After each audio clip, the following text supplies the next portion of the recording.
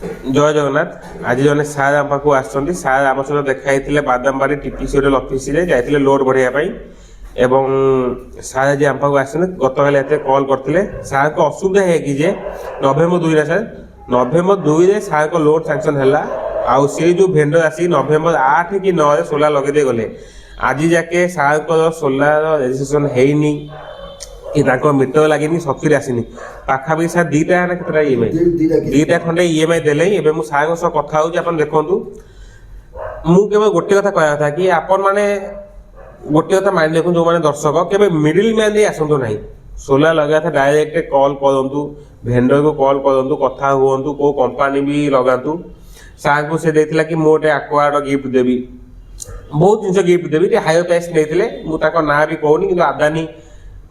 आदानी लगी बोधे आदानी लगी 2,10,000 लगी आमती बहुत जिन गिफ्ट देवी हेले लाभ कौन अच्छे दीर तो ईएमआई दे सारे ना बाबा 2,10,000 2,15,000 कि 16 हो सारे कोटेशन भैल्यूटा सब्सिडी आसनी तथापि भी मुझे भिडियोटा करी आपण मैंने जानी रखु भिडियोटा मुझे रिलीज करी सार जब सब्सिडी पाइबे मुझे रिलीज करी ना कौन क्या रिलीज क्या से भेंड लगी किए गड़े दब तेणु से सब समस्त पर्सनाल अच्छी तेणु आज हूँ डिसेम्बर 28 आज डिसेम्बर 28 तारीख भिडियो एरा हौ पाखापाखि जनवरी लास्ट कि फेब्रुआरी फास्ट हो जाए क्या सब्सिडी आसा लगे पाखापाखि मसे लगे स्टेट सब्सिडी आसीगला माने गवर्नमेंट सब्सिडी ओडिशा सब्सिडी जहाँ भी आसो ए सेंट्रल सब्सिडी आसाला माने स्टेट सब्सिडी जहाँ भी आसो तेणु सार सह कथा होची आपन देखंतु भाई जय जगन्नाथ मोर सोलार लगियार नाटा कोन आज्ञा राजेंद्र बेहरा कोडी घर पोपोड़ा हाँ पोस्ट बाजार थाना मधुपाटना बुझिपारे मु गोटे लोक सहित डिल करी सोलार लगे कि मत 3 मास हैरान कला माने मोर ईएमआई कटिगला 2 मास 2टा किस्ती कटिगला। अच्छा तो आपण मत कल गतकाल जो कॉल करते कौन कहले मोर कहली मीटर लगे मीटर तो मोर लागुना हैरान है मोर सोलार सेमती फिटिंग अच्छी कनेक्शन हो पारना आज्ञा मुझे चेष्टा कली मुझे भाई को कथबार्ता हेबी केमती कौन ये सार असुविधा है सागर लेट हो गले कम हो से भी 2 लाख टका अमाउंट पाइले 2 लाख टका माल लगेदेले सार सब्सिडी लेट हो जाऊँगी मुझ समस्त रिक्वेस्ट करुँच लेट हो जाए किंतु आपन कस्टमर मान डाउट क्लीयर करूँ कहीं से कस्टमर मत जाना कि क्या चिन्ह खाली जानते सोलार वाला सब्सिडी लोक मेन उद्देश्य होची सब्सिडी जदि सब्सिडी लेट है लोक कहीं लगे सोलार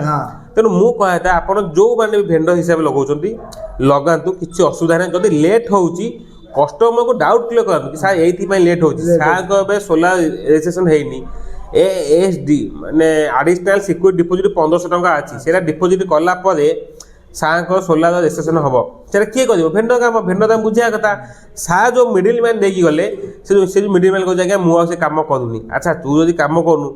भेंडर तो कल उठा ना भेंडर कल करते भेंडर को भेंडर मु कॉल करते से कौन कहले से कहले हां हम सॉफ्टवेयर खोलुना ये खोलुना देखो सॉफ्टवेयर खोलुना माने आपण काई भूल करछन ये बे गां रे कहिबे कि सोलार वाला हम कथा सुननांती आज्ञा कोन आज्ञा सुमाने से कहउन हमर जो पोर्टलटा खोलुना पोर्टलटा खोलिया पे टाइम लागुची गवर्नमेंट ऑर्डर रहउची सेति पई कि हम काम करि पाबु देखो आज्ञा मु गोटे कथा कहूची मो एक्सपीरियंस रु गोटे सैटिस्फाइड कस्टमर आपन को कस्टमर न दे पारे किंतु गोटे डिसैटिस्फाइड कस्टमर जहाले आपन कस्टमर खाइबो तेनु मु से भेंडर को आज कॉल करथली से बोधे संडे कॉल उठेलेनी मु रिक्वेस्ट करता कामटा कर दियो आज्ञा मो एंड किछि नाही मु एबे ताको सोलार रजिस्ट्रेशन कली पाखापाखि 1500 टका देखा से तो मुझे बिहेव करी सार कहले मुझे भेंडर सह कथा हेबी तेणु आपण मैंने भेंडर भाई मैंने कस्टमर को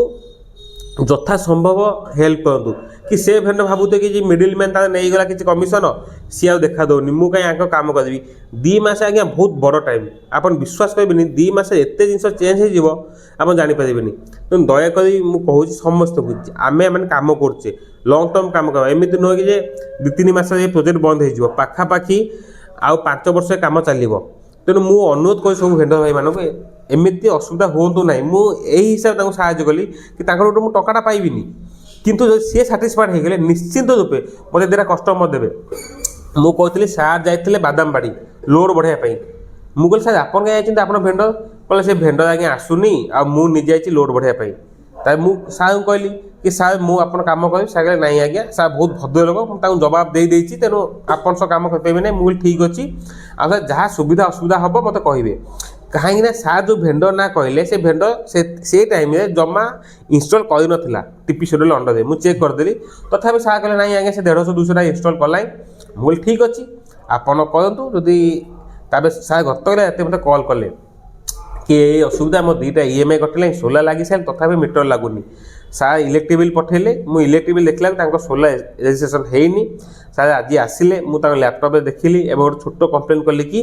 ଭେଣ୍ଡର ମୋ ସୋଲାର ଇନଷ୍ଟଲ୍ କରିଦେଇଛି, 2ଟା EMI କଟିଛି ତଥାପି ମୋ ମିଟର ଲାଗୁନି। ତେଣୁ ଟିପି ସେଡ୍ୟୁଲ୍ ବାଲା ଆଙ୍କୁ ଯାହାହେଲେ ବି କଲ୍ କରିବେ। ଏବଂ ମୁଁ ବି ଚେଷ୍ଟା କରୁଛି କି ଗତକାଲି ତ ଆସନ୍ତାକାଲି ସେ ଆମର ପିକନିକ୍ ଯାଉଛି, ତଥାପି ଯଦି ଆପଣ କଲ୍ କରିବେ, ଆମର ଜଣେ ଚନ୍ଦନ ବାବୁ ଅଛନ୍ତି ଟିପି ସେଡ୍ୟୁଲ୍ରେ, ତାଙ୍କୁ ମୁଁ କଲ୍ କରିବି, ସାର୍ଙ୍କ ନମ୍ବର ଦେବି, ସାର୍ ଯାହା ଡାଉଟ୍ ଅଛି କ୍ଲିୟର କରିଦେବେ। ହଉ ସାର୍ ରହୁଛି, ଜୟ ଜଗନ୍ନାଥ।